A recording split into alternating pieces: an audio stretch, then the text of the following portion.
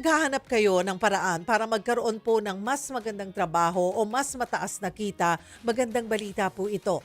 Ayon sa 2024 study on the employment of TVET graduates ng TESDA, 83.34% ng mga nagtapos sa kanilang technical vocational programs ang nagkaroon po ng trabaho.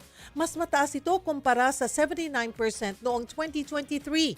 Patunay na patuloy na tumataas ang demand para sa mga may technical skills. Kabilang sa mga sektor na may pinakamataas po na employment rate ang agrikultura, turismo, metals and engineering, electrical at automotive.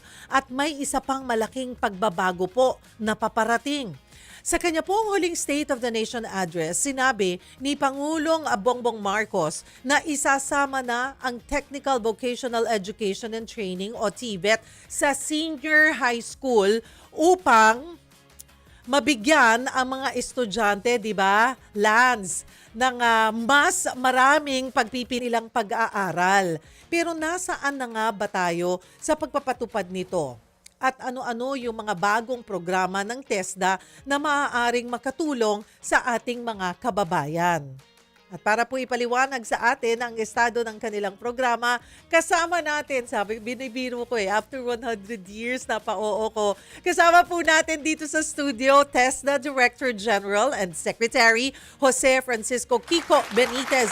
Perfect morning, Sec Kiko! Good morning po, good morning. Ayan. Natuloy na rin sa Natuloy wakas. din, napakarami kasing inaasikaso eh. Thank you for making time. Ayan po, sana madalas ang bisita mo. Sige po. Ayan, Gab. Ayan, sige po, ayan. Ito, Secretary, simulan po natin sa kabuuang kalagayan ng TESDA. Yes, Kumusta po ang TESDA ngayong 2026? Mas dumami na ba yung nag-e-enroll, nagtapos, o higit po sa lahat yung mga nakakapaghanap po ng trabaho kumpara noong mga nakalipas na taon? Sa totoo lang, gitna pa lang ng taon. No? So in terms of the calendar, mag-uumpisa pa lang ang bagong taon for us in terms of the academic calendar. Pero sa 2026, ito po ang pinakamalaki nating budget sa TESDA. No? Na binigay po sa education sector as a whole. So ang target ho ng TESDA is to have for this budget between 600 and 650,000 scholars po ng TVET.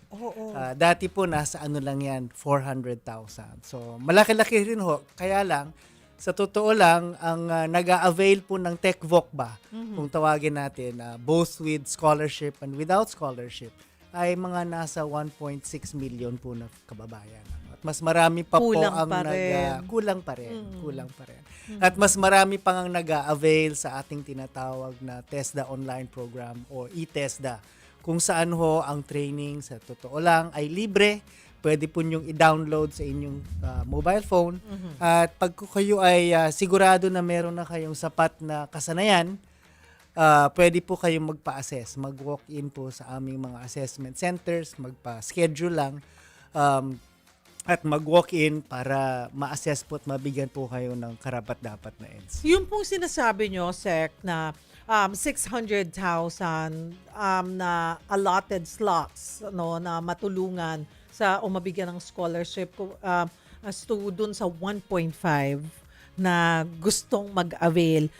Ano na po yan? Yung face-to-face and online na po yan, combined yung 600,000? Hindi po. Ay, Ano hindi. lang yan, face-to-face po lahat yan. Okay. Face-to-face. Pero na ano yan, na it's divided sa aming mga iba't ibang modalities na ginagawa. So meron po tayong tinatawag na institution-based, kung saan sa totoo lang yun ang pupunta ho kayo sa isang TechVoc center, sa eskwelahan, no? Sa isang training center. Ito po ay pwedeng training center ng TESDA, no? Public po na training center, or meron din po tayong private training center. Yes. No? Sa totoo lang, mas marami ho sila. So you're saying po, Sec, na limited 600,000 yung face-to-face. Oo. Pero kung hindi man kayo palarin na maging bahagi nito, yung online naman Yes po. ay pwedeng i-avail ng kahit sino at kahit gaano karami pwede. Kahit kano karami, kahit na sino, at kahit saan po. Kahit so, saan, pwede po yes. yan sa ating mga OFWs na gusto pong mag-upskill. no, nandyan po yan sa ating e-TESDA kung tawagin. Ang sa e-TESDA po naman, sa bawat taon, umaabot siguro ng mga 2 to 3 million Filipinos po ang nag-download at nag-access. Isa po sa mga layunin ninyo ay gawing mas makabago at mas accessible nga po itong ating technical education. Ano-ano po yung pinaka malalaking pagbabago o innovations po na ipinatupad ng TESDA sa ilalim po ng inyong pamumuno sa Kiko? Siguro ang pinaka malaking bagay na ginawa namin ay yung tinatawag namin na TESDA Skills Passport. Kung saan ang kabuuan ng TVET ecosystem po nakikita natin. Pwede po tayong maghanap ng scholarship. Meron po tayong QR code para po sa ating mga NCs para maiwasan ho natin ang mga fake na NC na meron pa rin sa totoo lang. Pwede po kayong makapaghanap ng training center, ng assessment center, at pati na rin po maghanap ng trabaho. No? Nandun na rin po sa Skills Passport ang mga job openings po ng PESO at iba't iba pang mga recruitment or job platforms online. So, yung pinakamahalaga siguro para sa amin ay yung pagdadagdag ng digital transition ng TESDA. So, kagaya ho ng sinabi namin, ang TESDA Skills Passport ho nandun. Ngayon, meron din tayo ng yung e-TESDA nga ho ba? O yung TESDA online platform na nasa loob rin ng Skills Passport. Opo. Ito pong sinasabi nyo pong Skills Passport sa Kiko at yung paglulunsad din ng mga AI-related Yes, courses. So paano po na inyo nakikitang makikinabang po dito ang mga Pilipinong naghahanap nga ng trabaho o gustong mag-upskill? Sa totoo lang, ang pinaka mahalaga siguro na matugunan natin sa ngayon, itong ating tinatawag na AI disruption. No, so sa e-TESDA po, makakahanap po kayo ng maraming ICT at AI courses online for free. May mga partnerships po kami with HP Life, with IBM, with Microsoft, and so on.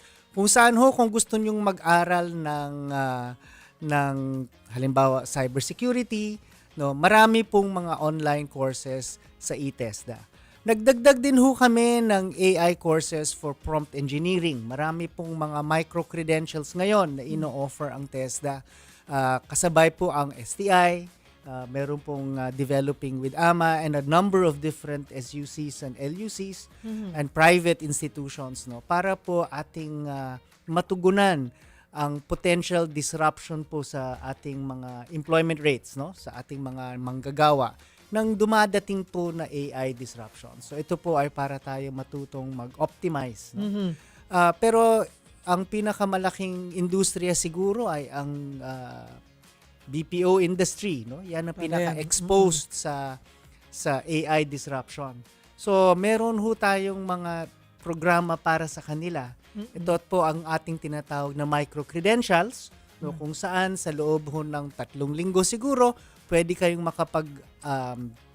aral ng prompt engineering para ma-optimize ang inyong trabaho.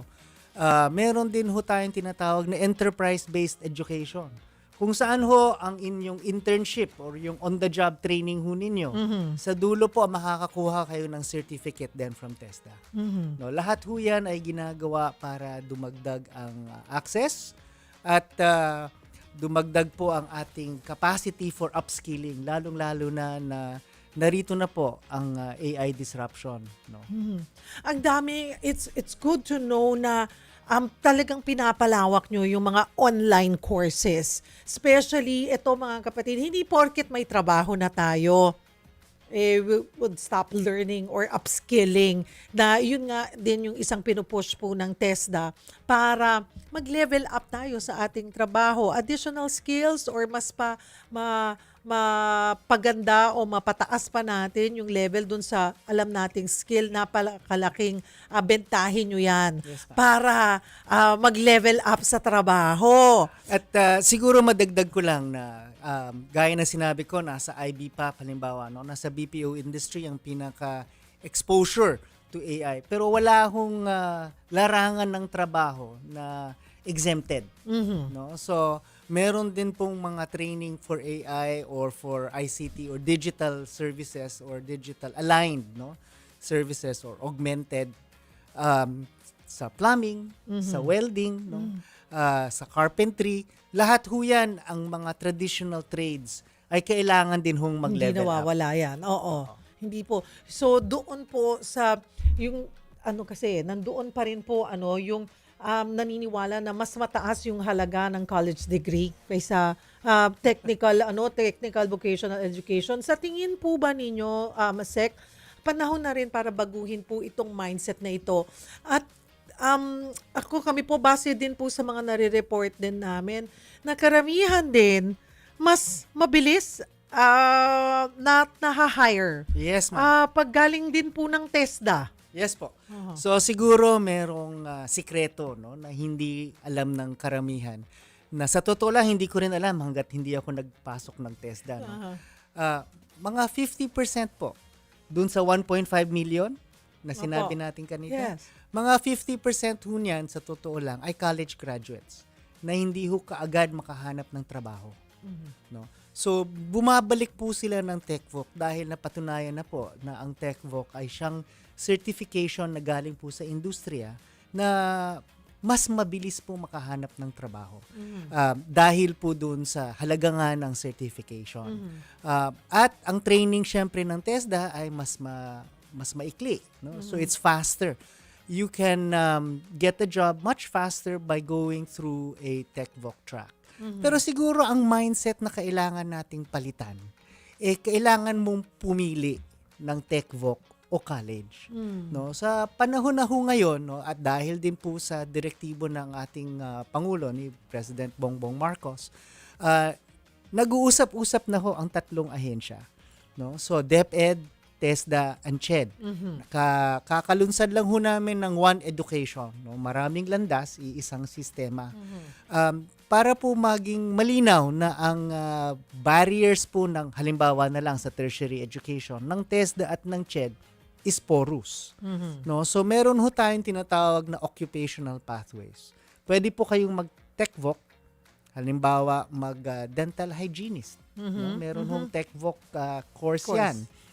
Magkaroon ng NC. No? Pagkatapos, pwede ho kayong bumalik at mag-aral sa isang dentistry school. Ang NC po ninyo, makikredit, no? Para ho sa inyong degree. Yes. Para rin mapaikli ang inyong degree at ang inyong kasanayan, no? At kakayahan na sinertify ng TESDA at kung sakali nagkaroon kayo ng trabaho, meron hong recognition of prior learning. Mapapaikli po ang college ninyo. No? So, hindi ho sayang ang pagdadaan sa TechVoc kasi po ito ay counted na rin sa college degree. That's magandang balita po yan para sa mga nanonood sa ating estudyante at mga magulang. Kasi ganun kadalasan, no? Sec din ang usapan sa bahay. Magvo-vocational ka ba or magka-college degree ka? Na pwede naman na hindi kailangang mamili, sabi nyo nga po, or malimitahan yung pangarap ng isang estudyante. Yes po. Diba? Pwede naman, sige, TechVoc ka muna ngayon. Makakakuha ka na rin naman ng trabaho after, then if you want to push more, habang pwede kang, kasi maganda rin, marami po sa atin, ako nag-working student ako. Yes, ma'am. Pero kadalasan, ang makukuha mo ay sa mga food chains, diba? Yung mga gano'n na Pero kung meron ka na nauunang skills pala, pwede ka na Tapos, kasabay ng iyong pag-aaral. Tayo pa mga Pinoy, mahilig tayong pagsabayin yan. Yes. Magtrabaho at Yes. mag-aaral. Nasa Diba? diskarte po ng Pilipino Yes, yan. oo. Magaling ho tayong mag-diskarte. So, that's great news. So, hindi, kasi parang tapos naman na ako ng tech sayang naman yung 2 years ko. Diba? Nag-techbook ka. Magsisimula na naman ako sa dati. Hindi. Pwede mo palang ngayon palang planuhin mo na paano ang magiging planning mo. Yes diba? Kung hindi kayang tuloy-tuloy na college, pwede na hindi masasayang. Yes po. Yung At iyong panahon. meron din ho kasing usapan between, as I said, no, tertiary education. So, Yes. TESDA and CHED at DepEd. No? Ang occupational pathways po natin, nag-uumpisa po yan sa senior high school pa lang. No? So, sa ngayon, inaayos ho namin ang advising, no, ng career advising sa DepEd. At maisali po para malaman nila na ito po ay hindi na choice na kailangan mong gawin. No? So halimbawa, kung gusto ho ninyong gagaya nito, mag-media po kayo, no?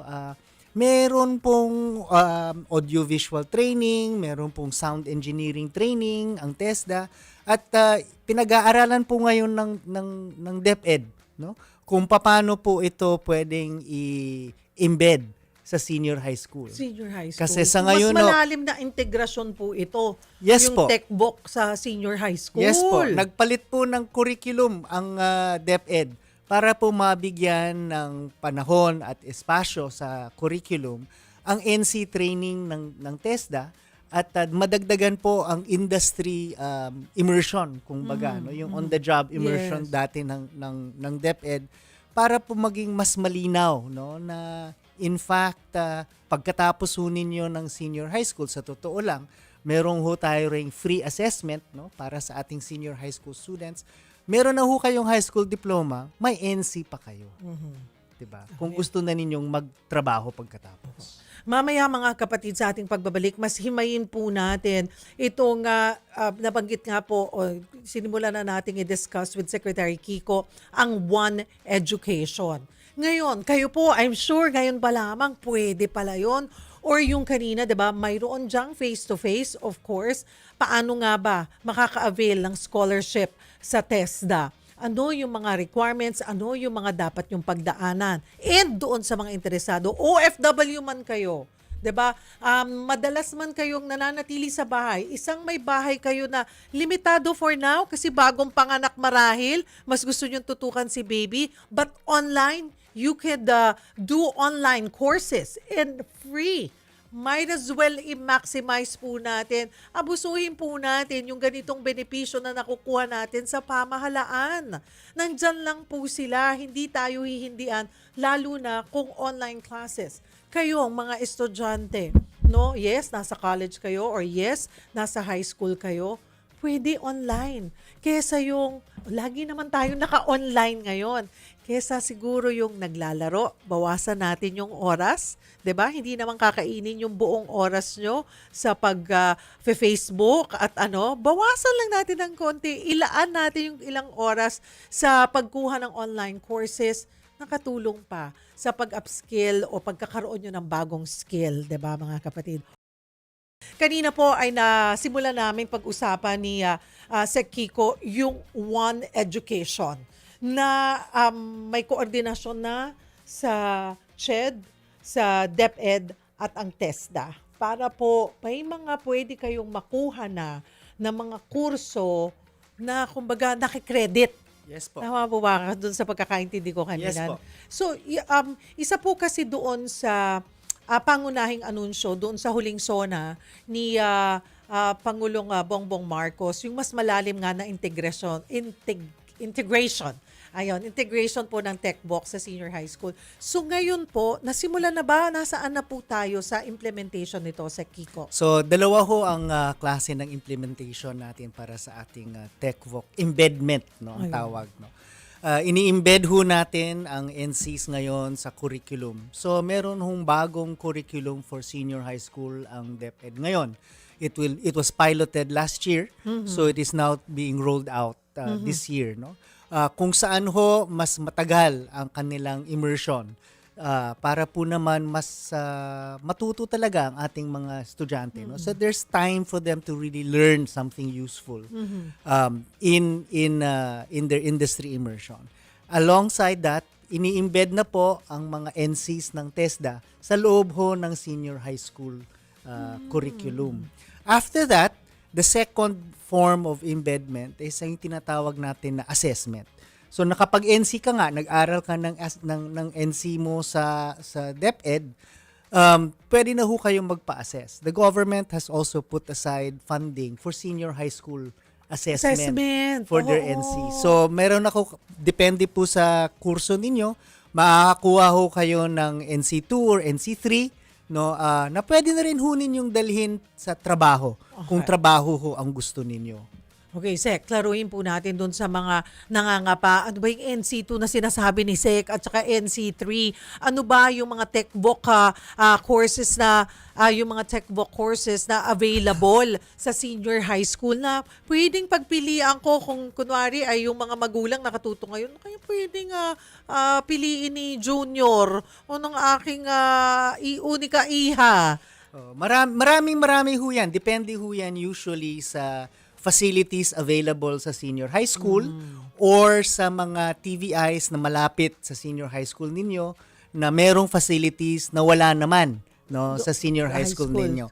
So nagre-range ho yan. Ang pinaka in demand sa totoo lang, no? Syempre ang ating mga home economics dati na tinatawag na ngayon ay HRM na. 'Di ba? So meron pong culinary, may baking, may senior high school din ho naman na nagtuturo ng welding. No, may mga joint delivery vouchers po ang DepEd with private TVIs for things like automotive and so on. But it also includes, syempre kagaya ng sinabi ko kanina, ICT, meron pong visual graphic designs na online, meron pong dressmaking, meron pong animation, no? Depende po yan sa senior high school kung saan kayo. Tapos sabi nyo nga po, hindi naman lahat kasi ng eskwelahan may kakayanan na i-offer itong mga kursong to. So itong mga eskwelahan or ang TESDA may mga accredited na eskwelahan. Yes po. Kung medyo, kung may mahanap po ang isang senior high school or alam niya na pwede niyang kunin at kasama doon sa mga kurso, pwede po sila doon mag-enroll? Yes po. Pwede. Ayun, Yes po. May voucher po ang DepEd para dyan. Oo. O yun naman pala mga kapatid. So hindi pwedeng, hindi nyo kailangang pilitin kung hindi doon yung interest nyo. Yes. Kasi may option naman kayo mga kapatid. So may mga eskwelahan, alamin nyo yung mga accredited na mga eskwelahan na pwedeng ino-offer pala. Di naman kalayuan sa inyong eskwelahan na pinapasukan talaga ng high school na pwede nyong i-avail itong mga tech-voc courses po na ito. Doon sa mga hindi inaano naman sila Sek Kiko, inilalatag naman ito ng mga eskwelahan sa bawat estudyante. So, naiintindihan sa naman totoo ito. lang, kasama ho yan dun sa One Education. Nakita ko meron kayong clip, no? Nagpirmahan kami. We just launched a new program called Ugnayan. At ito po ay sa totoo lang, database po yan. Para makita po sa isang lugar, ano ho yung mga kulang. No? Kasi kahit naman sabihin natin na pwede dahil meron kayong malapit na TVI, no, na pwedeng pag-aralan, kung pwede niyong puntahan, kung minsan kahit na yun, tagpi-tagpi, di ba? So iba-iba din, uneven, no, ang offerings. Hindi naman lahat ng kurso ng TESDA. And TESDA offers more than 600 to 700 types of courses, no? From training regulations to tinatawag naming competency standards. Tapos yun ho ay nanganganak pa ng micro-credentials. No? So sa dami naman ho niyan, sa isang catchment area, kung minsan kulang talaga ang infrastructure. So ngayon ho ang ginagawa ng tatlong ahensya ay nagsama-sama para ma-identify po kung nasaan ang pagkukulang against po dun sa pangangailangan. So halimbawa, malinaw po na kulang outside Metro Manila, halimbawa, no, ang amin pong offering for caregiving, no, ng TESDA. No, karamihan ho ng nag-offer ng caregiving ay nasa malalaking syudad, no? So nasa NCR, may iisa lang hata sa Iloilo, no? May iilan sa Cebu and so on. So, kulang naman kung yun ang gusto mo, no? So, naghahanap po kami ng paraan kung saan para makita ho namin kung saan ang pinakamatinding kakulangan, no? At para naman ma-develop rin namin yung pathways, no, para mabigyan din ng mas maraming option ang ating mga And you estudyante. continue naman kasi to look also doon sa pwedeng ma-accredit Yes na po. partner na training center Yes sa po. buong bansa. Yes po. Oo. So, sa totoo lang, ang isa pang hindi nalalaman ng karamihan, No, ang ating pong higher education ay may mga 2,300, 2,400 na institusyon. Ang TechVoc po ay higit sa 4,000, no? So double po ang number ng TVIs sa HEIs kung tawagin. And now that we can see kung saan sila nakalatag, we can start makipag-ugnayan, di ba? Across the ecosystem para po ating mapalakas ang ating seamless pathways, no, for occupations, for workforce development and human development both. Maganda po yan para sa ating mga kabataan. Magandang, ayan na po ang ino-offer ngayon. Ito mayroon ng pinagsanib na puwersa ang DepEd, ang CHED at ang TESDA. Puntahan ko naman po yung iba pang mga specialized training centers din ng TESDA. Doon sa ating mga may kaedaran na, nakagraduate na, ay wag naman natin isipin na nakalimutan na tayo. Tuloy-tuloy pa rin po yung mga upskilling nga sabi ko or additional skills na pwede nating matutunan.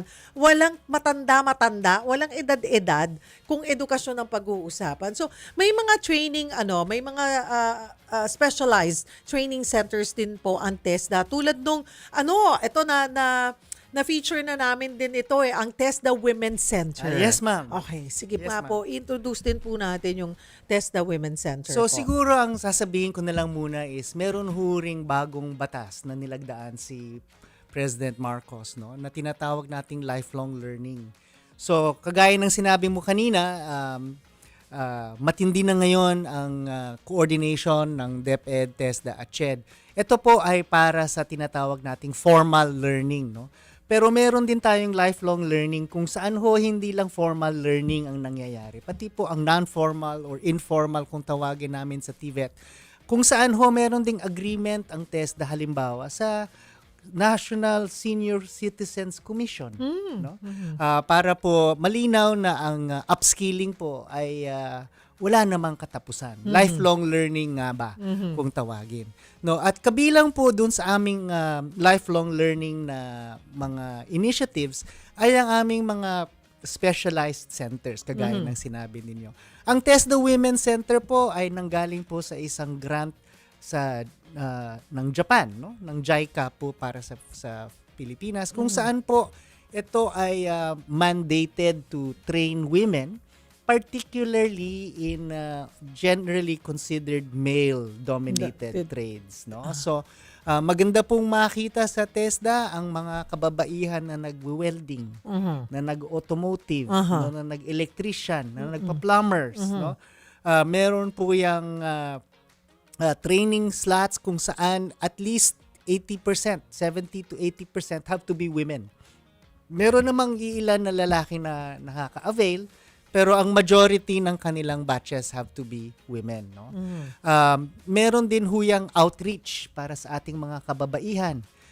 Katatapos lang ho ng kanilang agreement with Coca-Cola Foundation kung saan po ang mga sari-sari store owners, mga 350,000 na po, ang naturuan ng TESDA Women's Center for Entrepreneurship. Nagturo po kami ng cash flow management, ng inventory management, ng warehousing, para po ang ating mga sari-sari store owners, 85 to 90% of whom are women, no, ay mabigyan ng dagdag na kakayahan.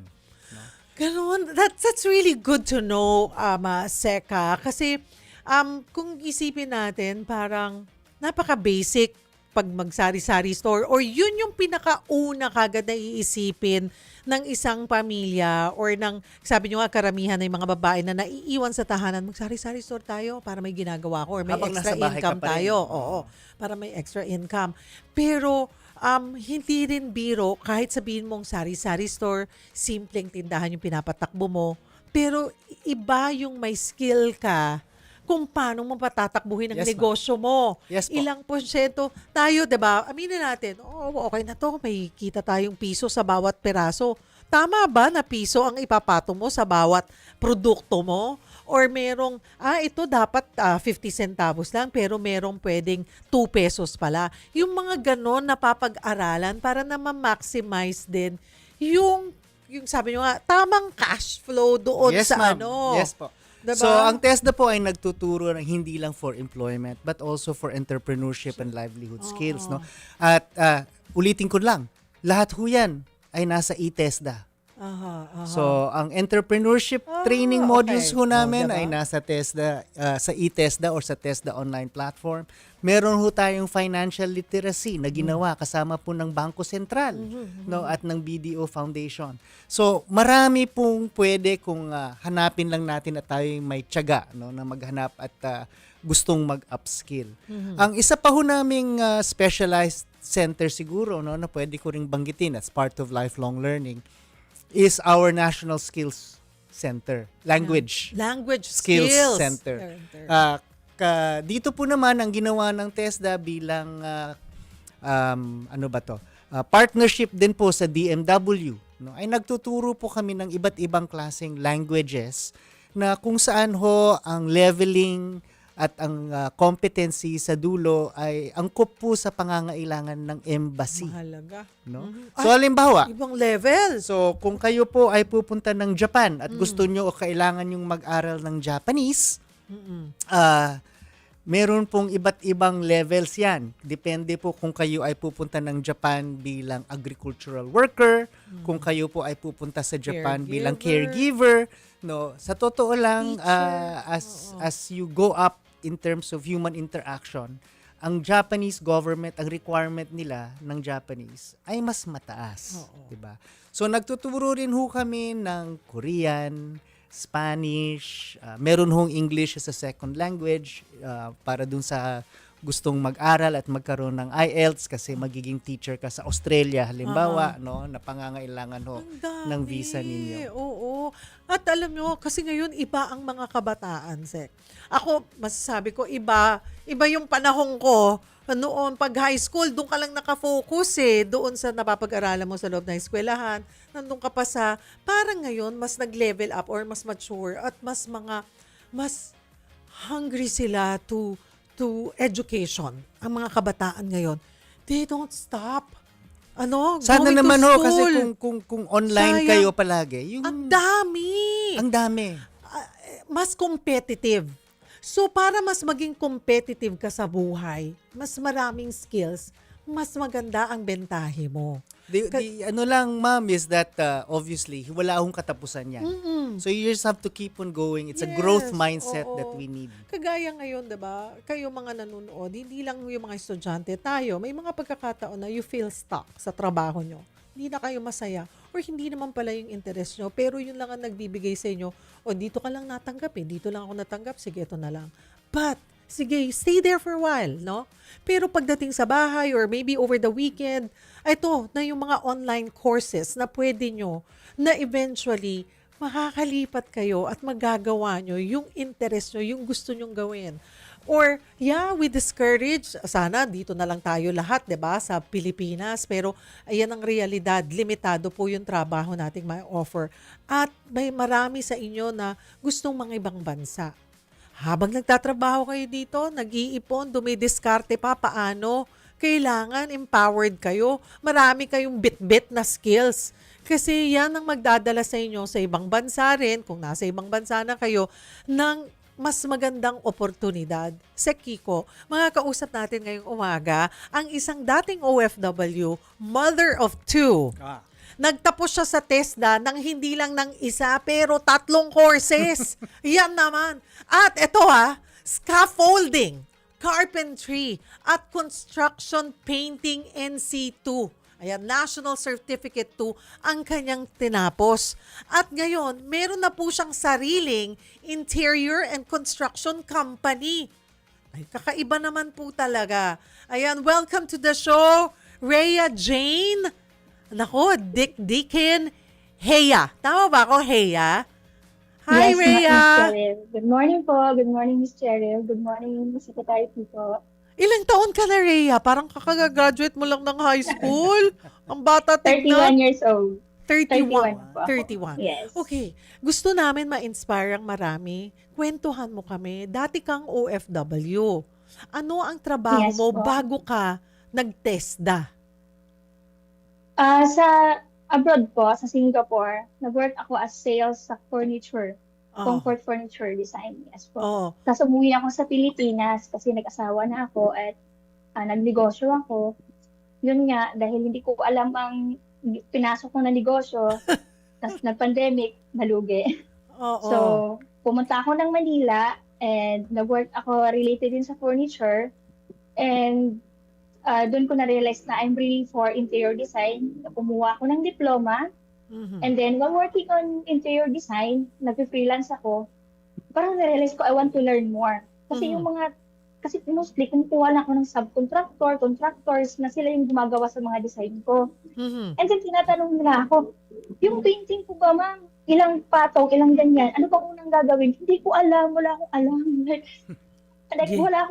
hindi ko kaya siyang i-supervise kasi wala akong alam, wala akong idea for the technicalities sa construction. Aha. So, doon na naisip ko na, mag-i-enroll ako ng TESDA kasi may nakita ako na posting sa QTech na meron silang free training for the TESDA under STEP program kay Congressman Roman Romulo sa Pasig at nag-enroll ako.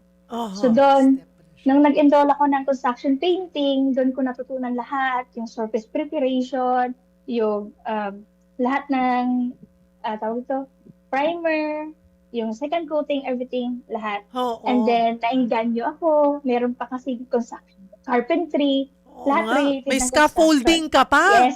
Yes po. Yes. Miss Cheryl. And actually, it really helped me a lot. Oo. Kasi ngayon, kaya kong magkipag-coordinate sa mga tauhan ko. Oo. Naiintindihan ko lahat. Hindi ka yung tipong, sige, okay na yan kung akala mo, yung, di ba, minsan din, additional cost yan na hindi mo talaga naintindihan yung pagpapatakbo o bawat aspeto ng trabaho mo. Di ba? Tapos, or, pag hindi nga, chances are, sasabit ka sa kliyente mo. Di ba? Kagaya yung sinabi mo dun sa construction painting. Hindi naman lahat alam na, ano ba yung primer? Parang makeup lang Nilalagyan mo muna ng primer bago yung pinaka-top coat. So, di ba, yung quality of work. So, ito lahat talaga ay inaral mo. Paano yun? Sabi mo, nagsimula ka muna sa construction painting tapos na-discover mo na yung iba na kakailanganin mo sa pagpapatakbo ng iyong negosyo, Rhea? Yes po. Oo. Kasi, nung na-learn ko na yung sa painting, kasi dati kumuha talaga ako ng subcon and palpak talaga is true. Bago ako sakit sa nag-enroll ulo, TESDA. nagsasabkon. At Hindi mo saka, mabantayan.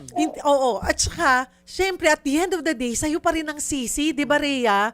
Pangalan mo pa rin, True. ikaw pa rin ang nakaharap dun Ikaw pa rin yung hindi na babalikan, ikaw pa rin yung magmamarka ng hindi magandang experience sa kanila. Hindi mo naman pwedeng, yung subcon ko may kasalanan.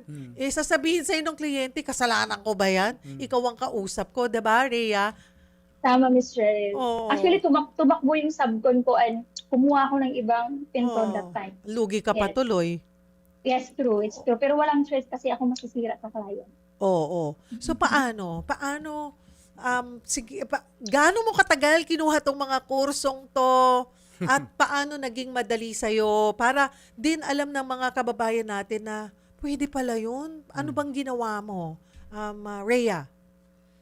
Actually, yung inaabangan ko talaga yung offering ng government. Meron kasi talaga silang binibigay na free na para sa mga, for example, depende kung saan ka na area, meron silang yung congressman na na-assign, may ino-offer sila ng parang step or any. Marami kasing binibigay talaga sila na free trainings. Mhm. Then, connected kasi siya sa ginagawa ko, kaya in-enroll ko. Kasi yun nga, sa sinabi ni Secretary Kiko, growth mindset is what we need.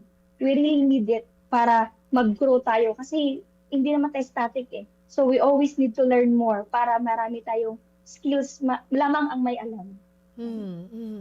And magmula noong natapos mo, gaano mo katagal tinapos yung, ano ba yun, may scaffolding ka pa, construction painting, tapos, ano pa yung isa? Meron ka pa isa Nasa carpentry. Nakailang courses ka? Yes. 3? Ito lahat? Yes po, Oh. yes po. First day ko is August 3, 2023, tas pinaka-last ko ata is 2024 around April. Sa lahat Pinagsunod-sunod ng ko na tatlong siya. kurso yung pinagsunod-sunod mo talaga. Yes. Yes May po. challenge ba sa'yo? Kasi babae ka, hindi natin kadalasan nakikita yan sa mga Karpintero. babae. Yung mga classmate mo, kasi physical to, no? One-on-one. Ay, face-to-face. So, marami bang mga babaeng nakita kang classmate or karamihan talaga mga lalaki? Ayun, nawala yung audio mo pero nabasa ko yung bibig mo na karamihan talaga mga lalaki. Yes po. Ayun, oo. Karamihan talaga mga lalaki. Siyempre, di tayo patatalo dyan. Nakipagsabayan ka. Mhm. Oo. Hindi naman po mahalaga kung babae o lalaki ka. Ang Totoo. mahalaga ay ang skills, professionalism, at saka yung kalidad ng trabaho na binibigay mo. Oo. Nakakatuwa.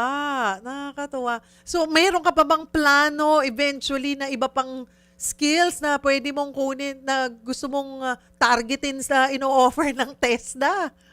Yes, actually, plan ko talagang Actually, nag-enroll sana ako ng planning sa TESDA Women's Center kaso nabuntis ako noong 2025.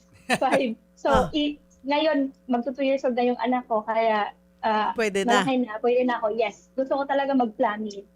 Nakakatuwa at nakaka-inspire, Rhea, yung iyong pagpupursige. Hindi namin maramdaman na nagkaroon ka ng doubt sa sarili mo. Hindi namin naramdaman na nililimitahan mo yung sarili mo. Sabi mo nga, nabuntis ako, oo, pinalaki ko lang ng kaunti muna yung anak ko, pero tutuloy ko tong plumbing na to. Diba? Yes. Siguro yung maiiwan mong mensahe, hindi lamang sa mga kababaihan, pero sa mga kapatid natin, na patuloy, na lumalaban ng patas sa buhay, pero gustong may mas maabot pa sa buhay. Go ahead, Rhea. Oo. Sa mga gustong mag-enroll ng TESDA, ang masasabi ko lang, huwag kayong matakot magsimula. Hindi mahalaga kung baguhan pa lang, or may experience, or may natutunan. Kung may natutunan kayo prior, ang TESDA hindi lang nagbibigay ng certificate. Nagbibigay din sila ng kaalaman, disiplina, at saka kumpiyansa sa sarili. Confidence. Malaki actually ang TESDA malaki ang natulong sa akin sa pag-unlad ng, of course, sa mga knowledge ko at saka sa negosyo ko. Kung gusto niyo mag-upskill, magkaroon ng maraming oportunidad, enroll sa TESDA. Balang araw, baka makapagtayo din kayo ng negosyo na kagaya ng ginawa ko. Ayan, meron na akong kilalang contractor. Ikaw, Rhea. Tama-tama. Gusto ko magpa-renovate. Ikaw na lang kukontakin Miss ko. Kasi Yes, Miss Cheryl. kampante na ako sa skill na natutunan mo. Ha? Hindi ako mamumroblema. Thank you, Rhea. Congratulations, 'di ba? Sa naabot mo. Thank you, Miss And I'm Cheryl. sure baka sa susunod kayo yung mga klase ng contractor na kailangan natin sa pamahalaan. Natawa si Sek Kiko. Thank you, Rhea. Thank you, Miss Cheryl. Thank you so much. Thank you Ayan po sa inyo. Uy, teka. Thank you so- Last. Doon sa Yes, mga yes. may pa-project, promote na natin yung business mo. Go ahead. Ay, sige po. Sa lahat po ng nangangailangan ng contractors, especially mga interiors, contact niyo po ako, RH Interiors Inc. Ayan. Ang mga tao ko din po, may mga TESDA certificates. Yung production manager ko, 4 ang natapos sa TESDA. Halos lahat ng tao ko is from TESDA. So sa Facebook, hanapin lamang namin RH Interiors Inc. Interiors Inc. Mga kapatid. Yes, RH Interiors Inc. Ayan. Thank you, Rhea. Thank you, Ms. Cheryl. Thank you, Secretary Kiko.